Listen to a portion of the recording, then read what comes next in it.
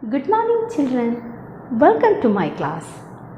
Today, I would like to introduce the first chapter in EVS, that is Fields and Forest. We can see a lot of plants and animals around us. Look at this picture. What are the plants and animals we can see here? We can see fish, frog, lotus, tortoise, squirrel, a huge tree, birds, grasslands, etc. Students, have you ever imagined as to what will happen if you take a fish out from the water? Have you seen a lotus plant growing on land like a rose plant? Have you ever seen a squirrel swimming in water like a duck? Students, just imagine what will happen to them in such situations. Let us see one by one. In the case of a fish, if we take it out for a long time, it would die. In the case of lotus plant, we cannot plant lotus on soil. Why? You know the reason. Because if we plant this lotus plant on soil, soon it will decay. In the case of squirrel also, they cannot swim in water like a duck because their features are entirely different from the features of a duck. So students, from these examples, what do you understand? That each living thing have their own special places for their living. Here, one definition for it. That is, an organism has certain peculiarities that help it to live in its dwelling place. This is called adaptation. I explain it. An organism. What do you mean by organism? Living thing. A living thing has certain peculiarities. What do you mean by peculiarities? Features that help it to live in its dwelling place. What do you mean by dwelling place?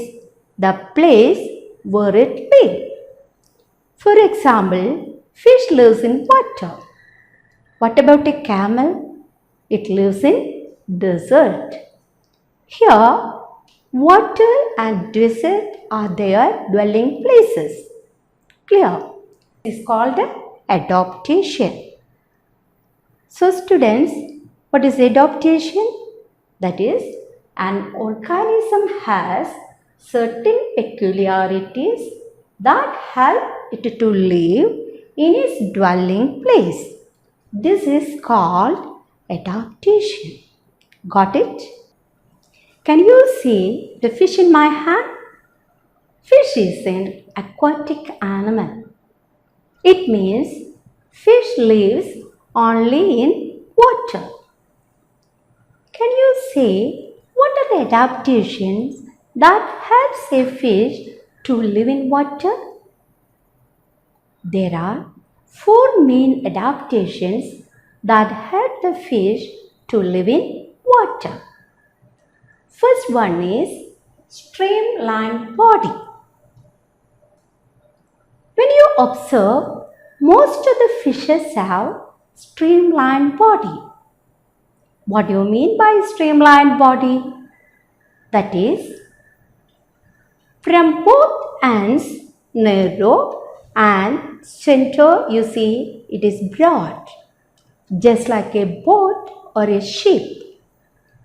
This boat-like shape helps the fish to swim in water easily. And next, fins and tail. and tail also help the fish to swim in water. Fishes are present different places on its body. It acts as a steering of a car. It helps to move forward, turning, and an upright position or stopping. And the third feature is gills. You know, fish is a living thing. One of the most important features of a living thing that they can breathe. Fish use their gills to breathe in. Using these gills, they breathe oxygen dissolved in water and give out carbon dioxide. And the last feature is scales. Fishes are covered with overlapping scales. Because of the scales on their body, excess water never enters into their body. So students, today we have studied about the adaptations of the fish. What are they? They are fishes have streamlined body. Second one, fishes have fins and tail. Third one, fishes have gills. And the last one, fishes have scales. And students, in your environmental diary, you draw the picture of a fish and label the parts. Head, mouth, eye, gills, fins, tail, and scales. I hope all of you have understood what is adaptation and what are the adaptations that help the fish to swim in water. Thank you.